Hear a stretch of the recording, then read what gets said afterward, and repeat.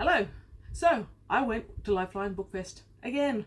Clearly, I am more of a collector than I ever suspected, more so maybe even than a reader, because even though my to-read shelf was packed, I still went and bought over 80 books. A few of them were for my sister, a few of them you saw, maybe you saw, in the video I posted yesterday from the ones that were replacement books, etc. And the rest of them are going to have to be in two parts, because my device's recording capacity was exceeded when I tried to do them in one video. So, welcome. Lifeline is a great charity. It raises money for crisis counselling. Qualified counsellors are available 24/7 through their website, and the Bookfest is one of their premier fundraising activities. It is a wonderful charity that I fully support, and what makes it easier to support is that it enables me to buy lots of second-hand books for $2.50. Fill your boots, as Jules Burt would say.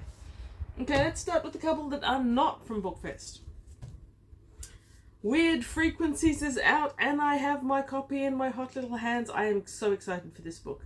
It is just amazing to know that Jim from Using the Gelding did the cover. It is such fun looking through the list of stories and seeing people I know and like and have talked to. So I'm very excited for this one. This is not the only new book that I bought this year, but it's one of very few. Another one that isn't from Bookfest is Ledge by Stacey McEwen. Stacey McEwen is an Instagrammer, and she is a local author. She lives on the Gold Coast. Her Instagram is very funny. I've never read any of her books. I don't own this. I have borrowed this on the understanding it might take me a while to get to. I've got a bit of a reading list ahead of me. So, from Bookfest, my goal was to buy more literature and less science fiction and fantasy, because previous Bookfests have shown me that there isn't very much good science fiction fantasy available. So, boy was I wrong. First through the door, went straight to the science fiction table to pick up what few that I expected to find. It was packed with exactly the classic science fiction and fantasy that I love. So, over 80 books, bringing my Goodreads to read shelf now to a fantastical 524 books. It might take me a while to get through that. So let's start with, oh yes, This Was a Unicorn. Olive Stapleton wrote Odd John. I've never read it. I've never even seen it before. I've been looking for it for years. It is constantly referenced in Starburst by Phyllis Gottlieb, an amazing book after which the Canadian Starburst Festival was named. So I'm really excited for this one. And it's in fantastic condition. I don't know that it's a bit faded. I don't know that it's never been read, but it certainly hasn't been read very often. Next is a non-fiction. Okay, it's fiction. Okay, it's classics, whatever. Thomas Hardy, Jude the Obscure. I quite like Thomas Hardy 90% of the time. The remaining 10% of the time, I can't stand him. But Jude the Obscure has got a theme that I think I might like, and I'm more than ready for a little bit more Thomas Hardy in my life. Hashtag show us your doors. I've never seen this one in life before. Andre Norton, Perilous Dreams. This is a stunning door, and it is in stunningly good condition for what we normally see in Australia. I've only ever seen this on other people's hauls online. I'm so thrilled for this. I don't know when I'll get around to reading it, but my plan is there. Ave Van Vogt, The Mind Cage. This is not in great condition. It is quite faded. The cover art is laughably bad, but I was quite happy to find it. I haven't seen The Mind Cage before. All of these books, by the way, have already been processed. I have given them a clean up. I have listed them on my Goodreads so that I don't, and in my little black book, so I don't end up buying them again sometime. But this one I will buy again if I ever see it. This is Tanith Lee, The Dragon Horde. Again, stunningly good condition. Almost new. If this is second hand, it certainly isn't fifth hand. The Dragon Horde, I am told, is the first book she ever published. So I am keen, and it is described as funny. If you have read much Tanith Lee, or indeed any Tanith Lee, you will realise that funny is not normally a word you would associate with her writing. Deeply traumatic? Sure. Harrowing. Yes. Funny? I'm willing to believe. I want to believe. Like Fox Mulder. Daphne du Maurier wrote The Jamaica Inn and a few other very famous ones. I was ready to buy another one because I haven't read anything by her for a while. The House on the Strand was one of 3, and when I looked it up, apparently it's got time travel. Daphne du Maurier, time travel. Who would have thunk it? I'm not sure I quite believe that one, but Who Goes There by Bob Shaw. Great science fiction-y cover. I do like Bob Shaw most of the time. He's got quirks, but he's a good writer, and I'm glad to have that one, which I've never seen before. The Spinner by Doris Piserchia, maybe, is a novel of alien terror. I might save this for next October when we're doing spooky reads. It looks spidery, and if it's terror, then it might be a good October read. Don't know where. I'm sure I've seen someone review something by that author recently or talk about it. If it was you, tell me. This one is also not science fiction. This is The Devil Doctor by Sax Rohmer. This one actually wasn't from Bookfest. I found it a while before, but I haven't shown it off yet. I don't know that even this really cute old copy would have tempted me. It's a corgi crime, and it's numbered. But Nick from The Graveyard has been talking about this series. Nick and a few other people. Can't remember who. So I was keen. Next is a science fiction, 9 by Lormer. I'm going to guess Keith Lormer is involved in some way, but it's got a great classic science fiction-y cover. Feel like it might be short stories as well. Anyhow, it will sit there on the shelf until I'm in the mood. Aha! Moorcock. I was keen for this one. I have not read this Moorcock ever, I don't believe. Don't know that I've ever seen it before, and it's got that fantastic cover that I really like. The Mad God's Amulet is the 2nd volume in the history of the Runestaff, but considering how rare Moorcock is, I think I'm coming around to the fact that I'm just going to have to ignore the series and the numbers in the series and read them as they come. Okay, next is an Australian non-fiction. So, The Lucky Country by Donald Horne is a book that is iconic. This is the 2nd revised edition, so he's added more material. Back in the day, Donald Horne wrote this book called The Lucky Country about Australia. The title was meant to be sardonic. It was first written in 1964, and it was more correctly titled, he says in the preface, a book about Australian culture in the 60s. People have ridden with it. We're always calling it us the lucky country. And a lot of people who use the catchphrase don't really realise that the original book was not saying what they think it was saying. Anyway, I think I read it a long time ago when I was in my 20s. I haven't retained very much of it, so I'm going to read it again, and I'm going to add, you have got this beautiful cover painting by Albert Tucker. Love that type of surrealism. Oh yes, the other thing about this is Penguin book. It's got that rather unusual symbol. So that penguin looks as if he's standing in an arch, but it's actually 2 crossed boomerangs. And the Australian penguins have that symbol sometimes. There aren't that many of them out there. I think I've only got 1 or 2 other ones with that. Next is Hook. Terry Brooks wrote Magic Kingdom for Sale Sold and a few other ones that I quite like. Hook is the novelization of the movie, and I find this a really funny thing. So the movie Hook, this is from the Robin Williams ones, by the way, is based on the book by Jim Barrie, Peter Pan, which I have read not that recently. Or was it recently? I think I've reviewed it. And it's a great book. It's a kid's book, but it's still really good. It's got great concepts. But then, of course, they took it and they turned it into a movie with Robin Williams. A movie that I also thoroughly enjoyed, by the way. But then they had to hire Terry Brooks to write this book based on the screenplay by Jim V. Hart and Malia Scotch-Marmo. And so there's this evolution of this story that I find quite funny. Kate Wilhelm wrote Where Late the Sweet Bird Sang for many years. That was the only book of hers I'd ever seen. I am very, very glad to have picked up another couple of her books so I can read more of her work. I've got high hopes for this one.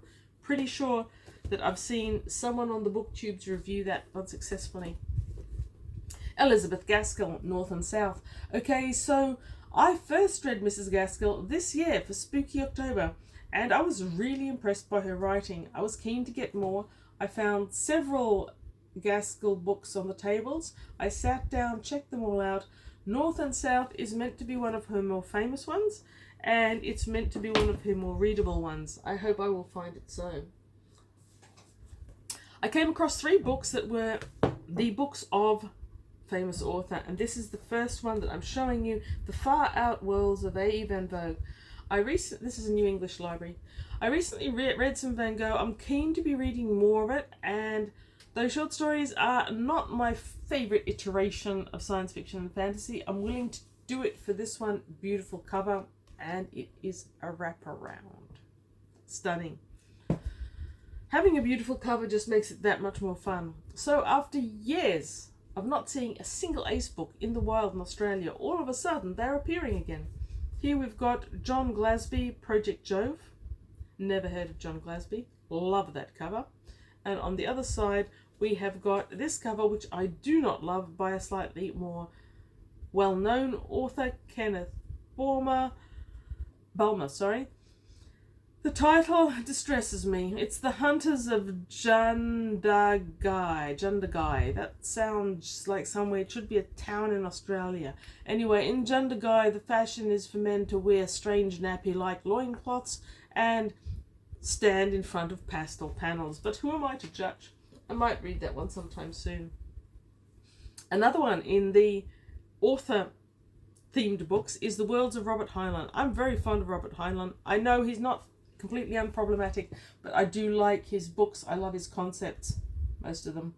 And we have this stunning cover that I don't know what it is. No idea what it's meant to be. It looks a bit like an egg by Faberge, but beautiful wraparound cover, and I am keen for that. I never really knew anything about the background of Robert Heinlein. I just read the books. I think I was in my 40s before I realised that most of his books were meant to be set in the same ongoing universe. I was shocked. I can see it. The Moon is a Harsh Mistress, The Puppet Masters, Friday, absolutely. Friday constantly referenced. Anyway, I'm diverting.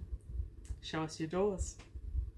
And here we have the Marion Zimmer Bradley 2 to Conquer a Darkover novel. Now, this one I do already have, but the other one I've got is in shockingly bad condition, whereas this one, well, not utterly intact, is in pretty good condition. At least the pages are all connected.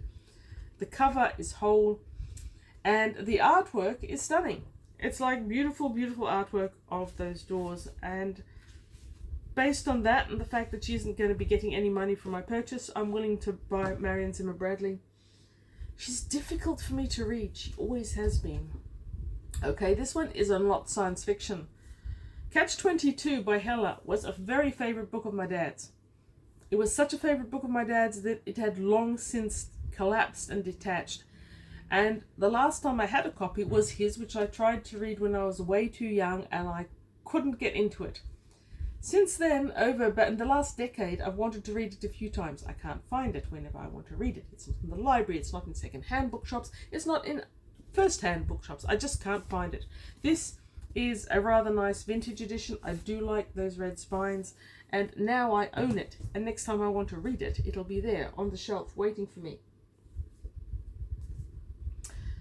House of the Dancing Dead by Aola Vandergriff. It looks pretty hokey, but it sounds like it's spooky. There's meant to be some sort of spooky element where they actually are dancing with the dead, or the narrator is in a house full of the dead. I'm not sure. Even if it's just a Regency type romance, it's been a while since I read any. I'd be happy to read that. I think I might try to save it for Spooky October 2026, but I don't know how that'll go. Having recently completed the short stories of George MacDonald, I was very, very happy to find this one. At the Back of the North Wind by George MacDonald is often referenced as his most famous book after The Princess and the Goblin. And while this is a Puffin classic, so a kid's book, it does seem to be unabridged. I can't find any note that it is abridged. Apparently somewhere in this not that skinny volume also is one of the other short stories that I read as a short story in the collection incorporated. Now, a word on the cover illustration, it's by Pauline Baynes. Pauline Baynes did amazing line drawings for many kids' books from England, including the Narnia books, and did she do The Princess and the Goblin? I don't know. This colour cover is far from her best work. It looks a bit amateurish and it does look a bit childish, but don't hold that against her. She did some amazing artwork. I would love to own some one day.